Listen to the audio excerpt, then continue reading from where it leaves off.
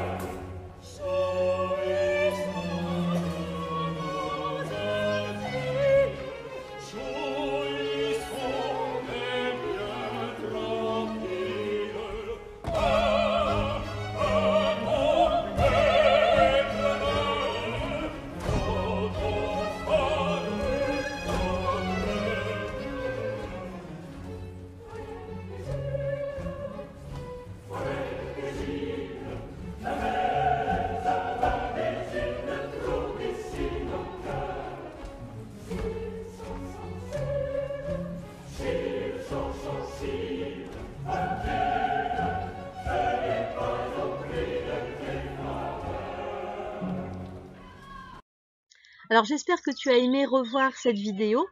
Moi je ne m'en lasse pas. Voilà, tu le sais, c'est ma vidéo préférée, une de mes musiques préférées. Donc voilà, ça me tient particulièrement à cœur de te la présenter. L'auteur, celui qui a écrit les paroles et puis toute la pièce en fait, qui a dit comment tout devait s'agencer, quelle était l'histoire en tout cas, c'est Jean-Philippe Rameau. C'était un musicien qui vivait il y a très très longtemps. Là, je te montre l'affiche du ballet, donc des Indes galantes, de toute l'histoire là que tu viens de voir sur scène et plus encore, qui a été présentée donc en 1735. C'était il y a plus de 300 ans. Voilà, donc là tu vois l'affiche, c'est comme quand toi tu vas au cinéma ou quand tu vas voir un spectacle, il y a des affiches. Eh bien là c'est pareil, c'était l'affiche qui avait été faite à l'époque. Donc voilà.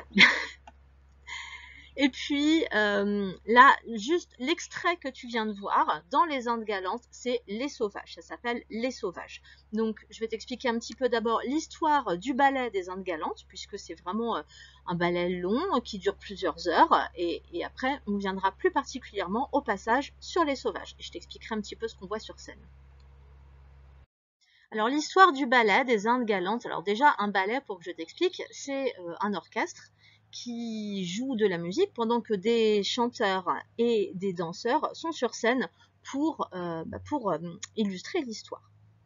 Voilà, donc l'histoire des Indes galantes, c'est l'histoire d'explorateurs français et espagnols. Alors, des explorateurs, c'est des hommes qui partaient à l'époque où on ne connaissait pas encore la Terre entière, on n'avait pas encore fait le tour, il n'y avait pas d'avion, on n'avait que des bateaux.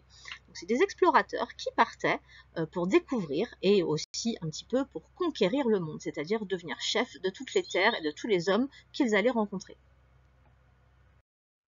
Alors ces explorateurs, ils ont rencontré, en fait, ils font la découverte de quatre parties du monde. Et la dernière qui nous intéresse, c'est celle où se passent les sauvages. Donc je vais te dire d'abord par quelles étapes ils passent.